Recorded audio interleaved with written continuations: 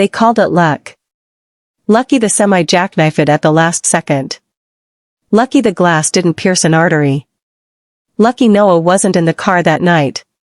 Lucky. The word drips like rust in my mouth. 10 years since his father vanished at the sight of a plus sign. 3 years since twisted metal folded my body into something unrecognizable. 10 steps and my legs screamed treachery every time. But Noah stayed. The soup congealed on the nightstand, untouched. Mom, you didn't eat lunch. His voice, lower now, a man's timbre where once there had been a boy's laugh, pulled me from the fog. I lied, I'm not hungry. He didn't believe me. He never does. His hands, scarred from hours on the construction site, lifted the bowl, set it aside. Shoulders like a man's, eyes like a boy's, but also like his father's. He rolled my sweatpants up without asking. Clinical.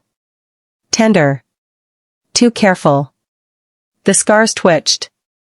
My breath hitched. You're tense. You have no idea. The mornings burn the most. Light slicing the curtains like a scalpel. Too bright. Too loud. Too cruel. Every dawn drags me back into the storm. I never sleep. When I close my eyes, his hands are waiting.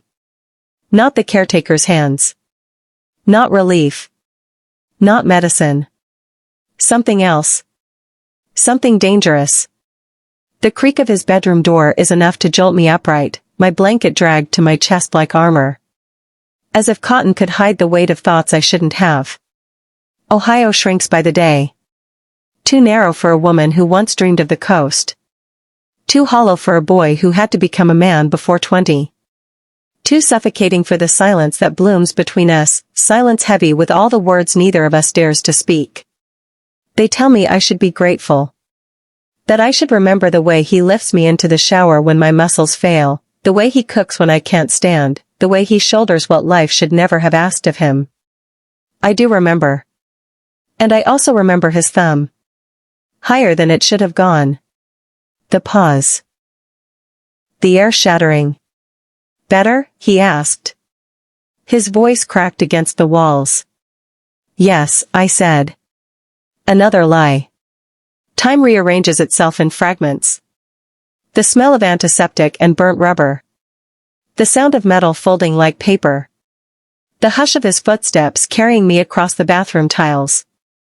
The tremor of his thumb grazing forbidden territory. The silence afterward, thick as tar. I tell myself it was nothing. Just a son's hand easing his mother's pain. Just relief. Just exhaustion. Just an accident of proximity. But it wasn't nothing. It was everything. And now, every breath I take feels like a confession waiting to shatter the fragile walls of this house. Lucky. They said it so many times I almost believed them. But I know better. I wasn't lucky. I was marked. Footsteps. Heavy, deliberate. Then his shadow filled the doorway. You're up early, he said, voice still rough from sleep. He was shirtless, sweatpants clinging low on his hips, a tattoo curling across his ribs, one he'd gotten last year without asking me. A mark he etched into his skin without permission. I couldn't sleep, I muttered, my eyes darting anywhere but him. Lex again? He asked. No, I said quickly. Too quickly. You. He sat on the edge of the bed. Not asking. Just taking. Pulling the blanket back, exposing my leg to the morning air. His hands, cold, scarred, too careful, pressed against my calf. I flinched. Sorry, he muttered. Cold hands. But it wasn't the temperature that rattled me. It was the way his fingers mapped me. Slow. Purposeful. Memorizing. You're tight everywhere, he murmured. His voice lower than it should have been. Last night, I told myself it was an accident. A slip of the hand. A shadow mistaken for more. But daylight is cruel. It illuminates what darkness lets us deny. His thumbs circled higher. My breath snagged in my throat. His palm slid along the back of my thigh, deliberate now, not clumsy. Relax, Noah said, his voice darker, deeper. You're fighting it. But I wasn't fighting the massage. I was fighting this. The way my body betrayed me. The way heat coiled inside me when his fingers brushed the hem of my shorts. The way his gaze burned into me. Not the way a son looks at his mother. Something else. Something forbidden. The knock. The universe's cruel mercy. A rap at the door split the moment. Noah jerked back, his hands vanishing. Expecting someone? His tone was tight, sharp. No, I whispered, my heart galloping. Mrs. Calloway stood there, nosy neighbor, eyes always too sharp, voice dripping with false kindness. Asking if we needed anything from the store. No, ma'am, Noah replied, polite, easy, steady. He closed the door, unreadable. And then, with a smirk, he asked. Do you think she suspects? My stomach dropped. Suspects what? That we never gave her casserole dish back, he said with a wink. I forced a laugh, but my hands wouldn't stop shaking. For a split second, I thought he meant us. The storm. That night, power gone. Silence broken by the wind howling like something ancient. Branches clawed at the roof like fingernails across bone. Candles burned low, shadows flickering across Noah's face. The kind of shadows that make a man look older, darker. He sat beside me on the couch. Too close. Close enough that heat radiated between us. You cold? He asked. No, I lied. Liar. He draped a blanket over both of us anyway.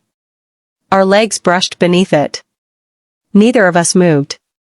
Then his hand found mine. Not a graze. Not an accident. Intentional. Firm. His fingers laced through mine. I should have pulled away. I didn't. The candlelight painted his eyes black, unreadable, no, not unreadable. I read them too well, warning, pleading, hunger. The light. Electricity surged back suddenly, flooding the room. We sprang apart like criminals caught mid-crime. But it was too late. The current between us had already sparked, already burned. The kiss. One kiss. That's all it took to destroy every line we thought existed. We didn't make it to the bedroom. Didn't bother with excuses. The couch bore the weight of our collapse. His body pinning me down, mine arching toward him. His shirt tore beneath my hands. His growl was raw, desperate. Look at me, he demanded. I did. And what I saw ruined me. Not lust. Not just lust. It was love. The kind that scars. The kind that fractures bone. The kind that leaves nothing standing. After. Silence. Our bodies tangled, sweat cooling, air thick with what we couldn't name. Noah traced circles on my bare shoulder with a tenderness that was somehow worse than the act itself. You okay? He whispered. Yes. No. Both. Neither. I said what I always say, I'm fine. But he knew. He always knows. He knows every time I lie.